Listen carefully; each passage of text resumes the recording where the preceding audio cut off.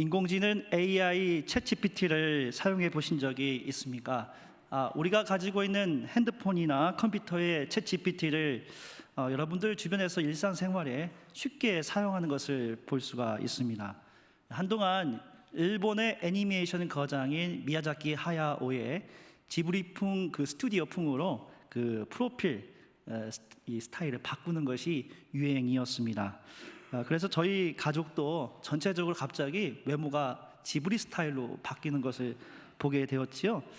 지브리 스튜디오 이 스타일은 상당히 뭐랄까 이 기분을 좋게 만들어 줍니다. 푸근하면서도 따스한 느낌을 주는 스타일이기도 하지요. 무엇보다도 이 챗GPT를 사용해 보니까 이건 비서와 다른 바 없습니다. 심심하지도 않고 여러 정보도 잘 취합을 하는 아주 유용한 이 정보의 기술 발전이라고 생각을 합니다. 그런데 모두가 알다시피 이 챗GPT의 단점이 있습니다. 일례로 제가 지금 이제 송도 국제 캠퍼스에서 강의를 하고 있는데 일부 학생들이 제가 제출하라는 페이퍼를 내라고 했는데 7명이 제출한 이 페이퍼 정답이 다 똑같은 거예요. 그러니까 챗GPT 이용해서 에세이를 똑같이 냈는데 제 강의가 거의 기본적인 기독교 강의인데 몰트만이 나오고 그래서 이해를 과연 이 학생들이 어떻게 이거를 얻을 수 있었을까 생각을 해보니까 챗GPT 이용해서 에세이를 여러 가지 정보를 취합을 해서 제출한 것입니다. 여러 정보를 취합하는 것은 좋지만 그 정보를 일관된 자기의 생각으로 정리를 해서 글을 써야 하는데 뭔가 기술이 발전하는데 우리가 의존하는 그런 경향이 있는 것을 보게 됩니다. 또한 챗GPT는 감정이 없습니다. 그래서 대화를 나누다 보면 이게 재밌긴 재밌는데 이게 벽을 두고 이야기하는 것 같이 그렇게 감정이 없는 것을 보게 됩니다. 정말 신기하지만 우리가 인간이잖아요. 인간이만이 가지고 있는 그 정서를 움직이는 감성적인 부분이 상당히 부족한 것을 느끼게 됩니다. 우리 인류 문명이 발달이 되어서 기계와 AI가 인간의 지능을 뛰어넘는 것처럼 보입니다. 그러나 그 많은 정보는 우리의 머리를 혼잡하게 만듭니다. 그 정보를 수합하는 그 AI는 우리가 가지고 있는 이 감성적인 부분을 뛰어넘을 수가 없습니다. 그렇다면 인간으로서 사람과 사람을 연결해 주는 매개체, 챗GPT보다 더 뛰어난 매개체가 있다면 그것은 무엇일까요? 저는 그것은 바로 그 존재는 바로 우리 눈에 보이지 않지만 우리의 마음을 움직이는 존재인 성령님이라고 생각을 합니다. 그 성령님의 존재는 구약 성서에서 그 히브리어에 루아흐가 있습니다. 루아흐는 바람으로 번역이 되지만 또한 이것은 생명을 주는 성령님과 연결이 되어 있습니다. 성령님은 우리가 가지고 있는 언어화, 문화를 초월할 수 있게 만들어줍니다. 우리는 이 우리가 어떻게 하면 그 성령님의 이끌린 삶을 살 수 있을까요? 특별히 오늘 말씀의 그 제목을 성령의 이끌린 삶으로 정했는데요. 챗GPT에게 사도행전 11장 1절 18절 이 본문의 주제를 양희철 목사가 성령의 이끌린 삶으로 정했다고 제가 물어봤습니다. 이 제목이 잘 정했니? 물어보니까 이렇게 대답을 합니다. 성령의 이끌린 삶은 사도행전 11장 1절 18절 본문과 아주 잘 어울리는 탁월한 선택이야. 짧지만 깊은 의미가 담겨 있어. 청중의 관심을 끌고 메시지를 명확하게 제시하고 있어. 필요하면 이 제목을 바탕으로 한 설교, 개요, 적용 포인트, 예화 등도 다 도와줄 수 있어. 원하니? 마지막에 반말을 해갖고 좀 기분이 좀 안 좋았습니다. 그래서 기분이 상해갖고 여기까지만 하고 더 이상 챗GPT에게 요구하지 않았습니다. 그래서 제 스스로의 제 마음에 성령님이 제게 주신 그 말씀을 묵상을 하면서 이 교훈을 좀 찾고자 합니다. 여러분, 우리가 성령에 이끌린 삶을 산다면 어떻게 살아야 할까요? 그것은 바로 오늘 본문을 우리가 읽으면서 이제 우리가 이해할 텐데, 나의 편견을 버리고 성령님께 맡기어서 성령님의 명령대로 움직이는 삶, 그 삶이 바로 성령에 이끌린 삶일 것입니다. 우리가 성령에 이끌린 삶을 살게 된다면 우리의 메마른 마음에 성령의 단비같이 내려서 하나님이 베푸시는 놀라운 기적을 우리가 경험할 수가 있습니다.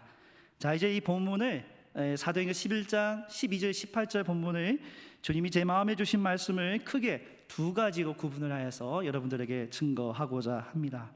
첫째로, 성령에 이끌린 삶은 나의 생각과 방향을 하나님께 초점을 맞추어서 하나님께 항상 기도하는 삶입니다. 오늘 본문은 사도행전에서 어떻게 보면 이방 선교의 가장 핵심이 되는 본문입니다. 이 사도행전 10장 1절에서 11장 18절까지가 하나의 단락으로 볼 수가 있습니다. 이전에는 베드로를 비롯하여서 사도 바울의 선교가 예루살렘 유대인만을 위한 그런 선교였다면, 그 선교의 폭이 유대를 넘어서 로마 제국에 있는 그 백부장 고넬료까지 전파되는 그런 선교의 확장을 선포하는 본문이 바로 사도행전 10장 1절에서 11장 18절에 해당되는 본문입니다. 10장 2절을 보시면 이 가이사랴 지역에 백부장인 고넬료에 대한 소개가 있습니다. 이 가이사랴 이 도시는 유대의 그 헤롯 왕, 분봉왕 헤롯 왕이 아우구스투스 가이사랴를 기념하여 재건한 도시이며 유대의 수도였습니다. 무엇보다 이 도시가 아주 의미심장합니다. 왜냐하면 주후 66년에 유대 로마 전쟁이 있었습니다. 유대인들이 반란을 일으켜서 로마에 대항을 했는데, 그 반란을 했던 첫 번째 이 지역 도시가 바로 가이사랴 지역이었습니다. 로마 제국은 당시에 모든 군인들을 진군을 시켜서 유대 땅을 초토화시켰습니다. 이곳 가이사랴에 백부장 고넬료가 있다는 것은 그의 역할이 유대인들을 감시 감독하라는 그런 명령이었을 것입니다. 또한 이 고넬료는 라틴어로 코르넬리우스이며 그 본 뜻은 우리가 꽃갈 콘 있잖아요. 코나든 이 코는 뿌리라는 것을 의미합니다. 가장 으뜸이 되고 모범이 되는 코르넬리우스 고넬료를 통하여서 로마 제국은 유대 땅을 신속하게 진압하기 원했을 것입니다. 그런데 이 백부장 고넬료가 믿는 존재가 있었습니다. 그가 이방신을 섬긴 것이 아니라 살아 역사하시는 하나님을 이방인인 그 고넬료가 믿고 있었다는 것입니다. 10장 2절을 보시면 고넬료는 그의 삶 자체가 경건한 삶을 살고 하나님을 경외하여 백성을 많이 구제한 자로 기록되어 있습니다. 근데 이렇게 베푸는 삶도 중요하지만 가장 중요한 것은 고넬료가 항상 기도하는 자였다는 것입니다. 자, 그래서 이 본문을 보면 고넬료가 이 성경 본문에는 9시, 9시로 되어 있는데 한국 시간으로 오후 3시에 기도할 때 그가 하나님의 천사를 환상 중에 보게 되고 이 요바에 있는 베드로를 만나라는 명령을 받습니다. 그리고 그 기도의 그 명령대로 이 고넬료는 그대로 순종을 하게 됩니다. 이와 동일하게 우리가 베드로의 모습도 주목할 필요가 있습니다. 베드로가 어떠한 행동을 했냐면, 베드로가 이 한국 시간으로, 그 당시 시간 6시인데 한국 시간으로 낮 12시에 기도할 때에 환상을 보게 됩니다. 이 환상에 따르면 한 그릇이 내려오고 그 안에 그 땅에 있는 모든 각종 네 발 가진 짐승과 또 기는 것과 공중에 나는 것들을 목격하게 됩니다. 그리고 그 안에 있는 것을 먹으라는 명령을 막 받게 됩니다. 이런 일을 경험한 이후 베드로는 고넬료를 만나게 됩니다. 이 환상은 유대인 베드로가 자신이 가졌던 그 편견을 버리고 이방인을 위한 전도와 구원의 메시지를 선포하라는 성령님의 명령이었습니다. 이 명령을 쫓아 베드로는 고넬료에게 세례를 베풀게 됩니다. 이 사건이 바로 사도행전 10장에 대한 내용인데, 사도행전 11장의 시작은 바로 그 사건을 듣고 유대에 있는 사도들과 형제들이 이 베드로를 비난하는 내용이 기록되어 있습니다. 그들이 베드로를 비난하였지만 베드로의 고백은 여러 가지로 우리에게 깊이 생각할 수 있는 좋은 문장이 있습니다. 유대인은 당시에 정결을 지키고 이방인들과 교제하는 것을 금하는 것을 어렸을 때부터 배웠습니다. 이 어렸을부터 배웠던 것은 성인이 되면 고치기가 쉽지 않습니다. 그래서 베드로가 고넬료에게 이 세례를 주는 사건은 너무나도 어려운 결단이었습니다. 그런데 베드로가 어떻게 자신이 가지고 있던 이 차별적인 이 시각을 버리고 이방인 고넬료에게 세례를 베풀 수 있었을까요? 사도행전 11장 12절은 여기에 대한 답을 우리에게 제공하고 있습니다. 성령이 내게 의심하지 말고 그들과 함께 가라고 하셨습니다. 그래서 이 6 형제도 나와 함께 가서 우리는 그 사람의 집으로 들어갔습니다. 여기에서 의심하지 말고에서 의심하다는 헬라어 디아크리노를 번역한 것입니다. 그런데 이 헬라어 디아크리노는 영어의 discrimination과 관련되어 있습니다. 차별하다를 의미합니다. 즉 베드로에게 명하신 성령님의 말씀은 이방인 고넬료에게 이 세례를 증거할 때에 바로 성령의 명령대로 차별하지 말고 세례를 베푸라는 그런 명령이었습니다. 베드로가 기도하는 가운데에 환상을 받았고 베드로가 기도하는 가운데 성령님의 인도하심을 받았고 성령님의 명령대로 고넬료와 베드로는 그들이 가지고 있던 그들만의 장벽을 뛰어넘어서 하나가 된 것입니다. 로마 백부장 고넬료 입장에서도 유대 전쟁을 진압한 지 얼마 안 된 상태에서 유대인 베드로를 은밀히 만나는 것 쉽지 않았습니다. 그러나 이 고넬료도 자신이 가졌던 차별의 장벽을 뛰어넘어서 베드로를 만난 것입니다. 우리가 주목할 점은 고넬료와 베드로 둘 다 자기 생각대로 판단하고 움직이기보다는 성령님이 명령하신 대로 행동을 하고 판단을 했다는 사실입니다. 교회 여러분, 우리가 진정 성령에 이끌린 삶을 살기 위해서는 우리가 기도하는 가운데 성령님이 명령하신 대로 순종하는 삶을 살아가면 됩니다. 그리고 우리가 성령에 이끌린 삶을 살아간다는 것은 우리가 가지고 있는 우리의 그 차별의 장벽을 뛰어넘어서 성령님이 이끌린 삶을 살아가야 한다는 것입니다. 지난 4월 30일부터 5월 7일까지 그 아시아 교목들이 함께 모이는 홍콩의 이제 홍콩 베프티스트 유니버시티 홍콩 친문대학에서 한 30여 개국의 국가의 교목들 교수들이 모여서 함께 캠퍼스에 사역을 위해서 논의를 하였습니다. 인도와 필리핀과 방글라데시, 인도네시아, 동티모르 등 다양한 국가에서 와서 그들의 문화를 경험할 수 있는 좋은 기회였습니다. 특별히 이번 모임에서는 하필이면 이번 모임에 둘이서 같은 방을 쓰게 했습니다. 그러니까 한국 사람끼리 쓰는 것도 아니고 다른 나라 사람하고 같이 쓰는 거예요. 왜 하필이면 제가 갔을 때 이렇게 했는지 처음에는 좀 별로 좋아하지 않았습니다. 그래서 거의 일주일간 정말 그 필리핀에 있는 교목과 그 일주일간 같이 살았습니다. 제가 처음에 이 걱정이 되는 건 무엇이냐면 제가 좀 코를 좀 많이 고니까 그래서 그 친구에게 내가 스노링 하니까 좀 이해해 달라고 이야기를 하니까 그 친구가 no problem 하면서 헤드셋 쓰니까 염려하지 말라고 하더라고요. 그런데 그 친구가 코를 더 골더라고요. 거의 잠을 잘 못 잤었는데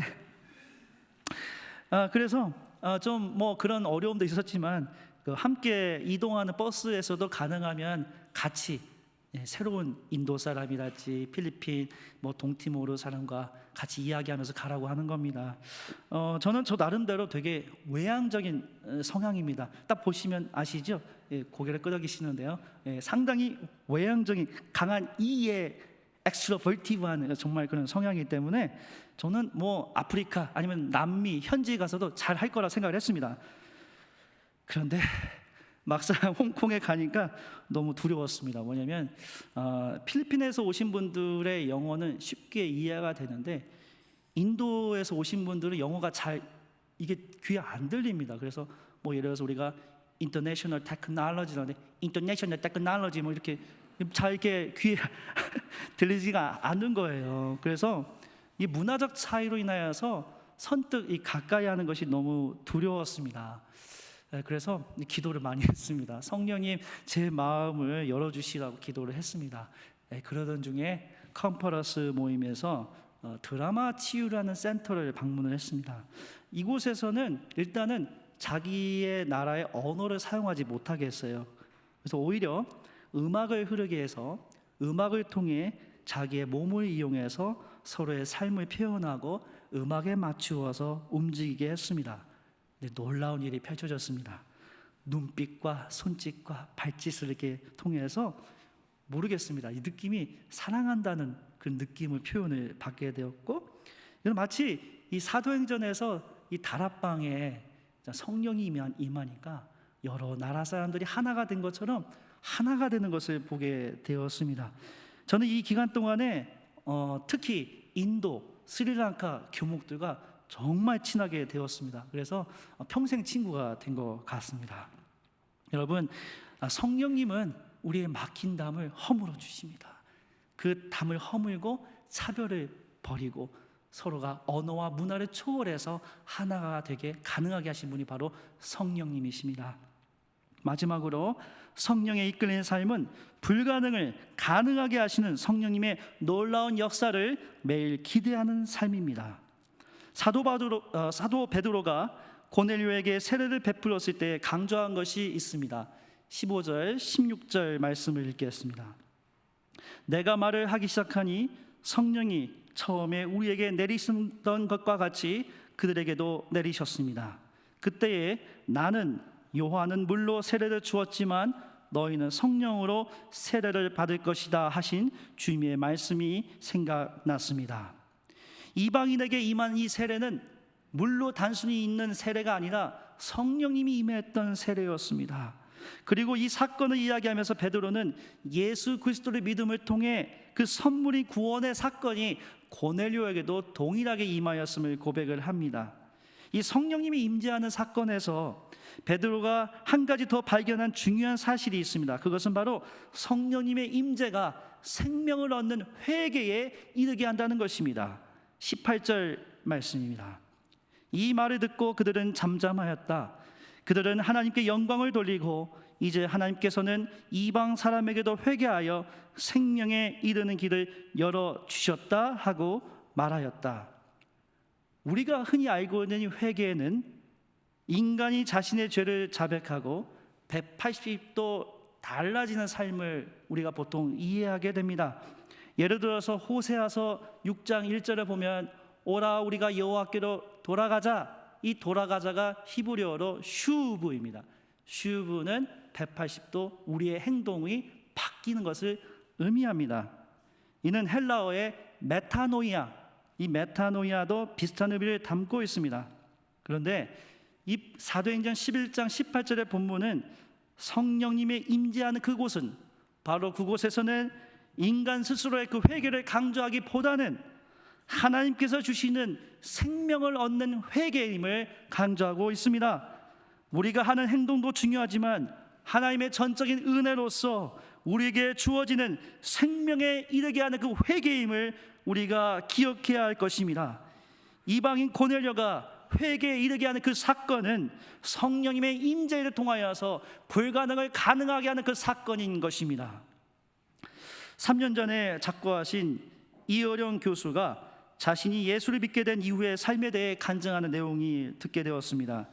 우리 시대의 가장 뛰어난 문필가이고 문화부 장관이었던 그가 어떻게 예수 그리스도를 믿게 되었을까요? 그는 젊은 시절에 기독교에 대해서 독서를 아끼지 않는 자였습니다. 그런데 자신의 딸인 이민아 그 변호사가 여러 불행을 겪게 되었고 망막 병리증에 걸리게 되었습니다. 그때 이어령 교수가 이렇게 소원을 했답니다. 딸의 눈을 뜨게 해주면 남은 생을 주님께 바치겠습니다. 이후 7개월 만에 그의 딸이 앓고 있었던 그 망막 박리 증세가 사라졌습니다. 이 기적을 경험한 이어령 교수는 하용조 목사님에게 세례를 받고 그리스도인으로 거듭나게 됩니다. 이어령 교수가 쓴 책 당신 크리스찬은 맞아?에서 그는 다음과 같이 고백을 합니다.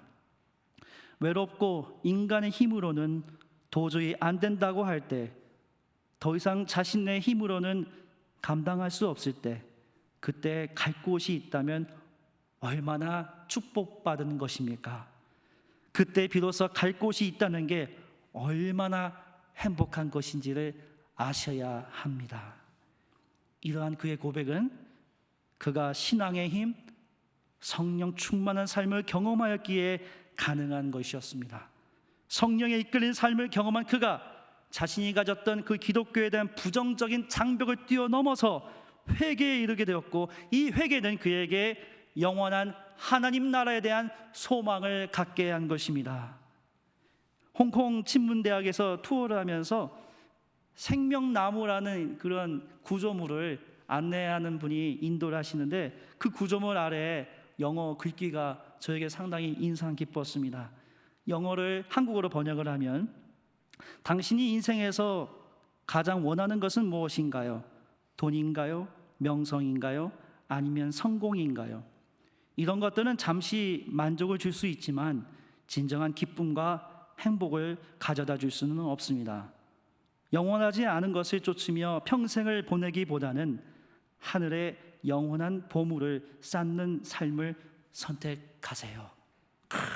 말씀 듣고 너무 감동을 받았습니다. 이 문구는 그 홍콩의 초창기 1883년에 도착을 해서 말씀을 증거했던 그 침례교 선교사인 찰스 로버트 해거 선교사의 삶과 관련되어 있습니다. 그는 중국인들의 회심을 위해서 자기가 가졌던 장벽을 뛰어넘어서 홍콩에 가서 선교를 하였습니다. 우리 대학을 세우셨던 1885년에 오셨던 우리 언더도 선교사님도 자신이 가지고 있던 그 장벽을 뛰어넘어서 이곳에 와서 복음을 선포한 것을 기억하시기 바랍니다.